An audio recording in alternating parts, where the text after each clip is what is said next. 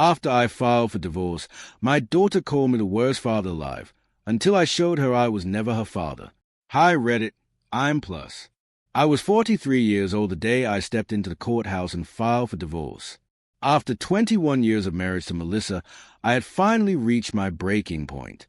From the outside, we looked like your average, steady family. We owned a modest home, had a 19-year-old daughter named Sophie who just completed her freshman year of college, and shelves full of photo albums filled with smiling faces. I worked in software, quiet job, steady hours, nothing fancy. Melissa had a part-time job at a boutique, and was always a friendly face in the neighborhood. But beneath the surface, something had long been broken, and the unraveling began with a box I found during spring cleaning in the garage. It was an ordinary showbox buried beneath dusty Christmas decorations. I thought it might be full of old mementos, perhaps letters between Melissa and me back when we were younger and in love. But the handwriting wasn't mine, and the letters weren't addressed to me. They were written to someone named Jason. What I read stopped me cold. They were deeply personal, emotionally raw, and some even cross into the explicit. The oldest ones dated back to 2005, just a year after Sophie was born. Page after page revealed a secret affair, weekend rendezvous, passionate declarations, and most devastating of all, the suggestion that Jason believed Sophie was his daughter. That night, I confronted Melissa. She didn't cry. She didn't shout. She just sat there, blank-eyed and worn out. When I asked her straight out if Sophie was biologically mine, she hesitated. Then she said, quietly, I don't know. I didn't sleep at all that night. My entire body felt like it had gone numb, like my whole life had been a house built on sand, and the last pillar had just been kicked out. 2 days later, I filed the divorce papers. When I told Sophie, she exploded. She accused me of being weak, of giving up, of wrecking our family over what she called just some marital problems. She screamed that I was the worst father in the world. I didn't fight back. I didn't try to explain. She didn't know the truth. All she saw was a dad walking away. But privately, I had already taken a paternity test. I needed confirmation. I had to know. The results came a week later. 0% chance I was a biological father. That result broke what was left of me. And yet, I still couldn't bring myself to tell Sophie. I didn't want to. I didn't want her world to fall apart the way mine had.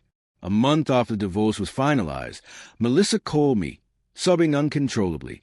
Jason had died in a drunk driving accident. She was hysterical, saying he had finally decided to step forward, that he was ready to be honest with Sophie, that he wanted to tell her everything. Now it was too late. What do I do now? She cried. She's never going to forgive me. I didn't have an answer for her, but I knew what I had to do. I called Sophie and asked to meet. She agreed, though I could tell from her voice she was still furious with me.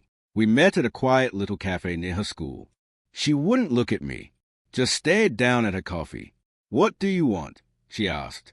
I slid a folder across the table.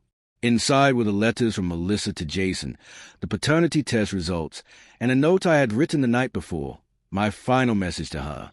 I explained everything, how I had loved her unconditionally, how I had raised her as my own, how none of this was her fault, but how the truth had torn a hole straight through my soul. She read everything silently, her hands shaking as she opened the envelope with the DNA results. Then came the silence, heavy, crushing. At last, she looked up.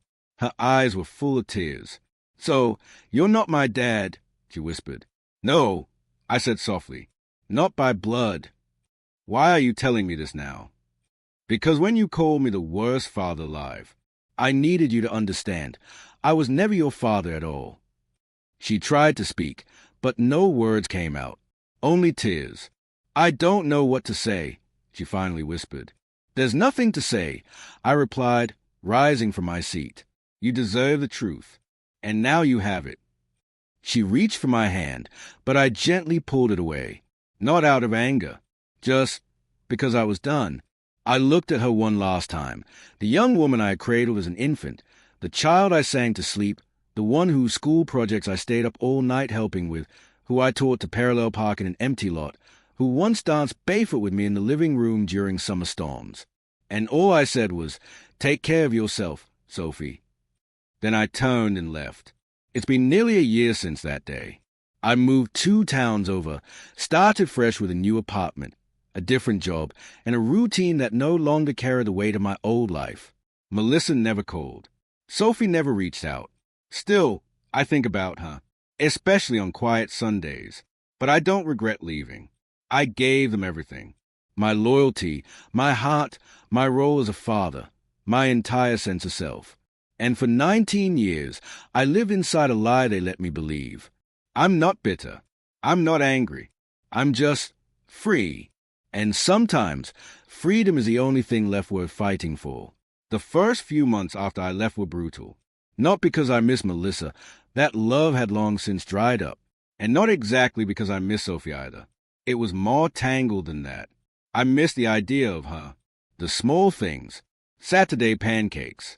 Her off-key strumming on that beat-up guitar when she was 12. The way she used to sneak up and hug me while I was elbow-deep in dish soap. Our inside jokes. Our silly nicknames. But mostly, I miss who I used to be, when I thought I was her father. Because the truth doesn't just take people from you. It takes the person you were. For a while, I felt hollow. I'd get up, shower, sip my coffee like it might give me answers, and drift through the day in a fog. I smiled at co-workers, made small talk, but I kept my walls high. Too high to let anyone in. How could I? I'd spent 2 decades building a life that was never real. Then, maybe 3 months after I walked away, I received a letter. No return address. Just my name, handwritten on the envelope. Inside was a folded note. I knew the handwriting instantly. It was Sophie's. Dad, I don't really know what to say. I don't even know if you'll read this. I understand why you left. I would have, too. I was so angry when you told me, but not because of you. I was scared, hurt, confused. I didn't know who to blame. You were always my dad. Still are, even if science is otherwise. I wish I'd known sooner. I wish Mom hadn't lied to us both. I love you, and I hope someday you can forgive me for the things I said, for how I acted. You didn't deserve that. Love, Sophie. I read it over and over, 10 times, maybe more. Then I folded it carefully and placed it in the top drawer of my desk. But I didn't write back. Not because I didn't love her, because I did, deeply. But sometimes, love alone isn't enough. Sometimes, the kindest thing you can do is step away. Especially when the foundation you shared was built on someone else's deception. Melissa stole something irreplaceable from both of us. And as much as I want to rewind time, to imagine some alternate reality where I could forgive and forget, I knew reopening those wounds would only cause more pain. Wounds that were just starting to close. I started therapy. Quiet sessions, just me in a worn chair in a small room. Some days I sat in silence. Some days I cried. Some days I ranted until the hour disappeared. One afternoon, my therapist asked me something simple. If Sophie reached out again, not to fix everything, just to reconnect, what would you say? I thought for a long time. Then I said, I'd thank her. I'd tell her she deserved more than the mess she were handed. And I'd tell her to live her life, really live it, without waiting for me. Because here's the truth it took me months to accept. I was a good father, not because we shared DNA, but because I gave her everything I had. Even if no one ever says it out loud, even if she never calls again, I was a father, and that truth doesn't need validation to be real. Life is quieter now. I live near a lake in a small apartment. It's peaceful. I fish sometimes. I picked up photography. Something about freezing little moments in time brings me comfort. I joined a hiking group, mostly men around my age, most of them divorced, widowed, or just trying to find themselves again. We don't talk much, but the quiet feels lighter when you're surrounded by trees. Melissa reached out once. A short email. She said she was sorry, that she didn't expect anything, but hoped I was doing okay. I didn't reply, not out of hate. I just didn't need anything from her anymore, not closure, not answers, not even forgiveness. I already have what I need. I gave everything I had to a family that never really belonged to me. And I walked away, not because I was weak, but because I was finally strong enough to stop bleeding for people who were content to watch me bleed. This chapter is over.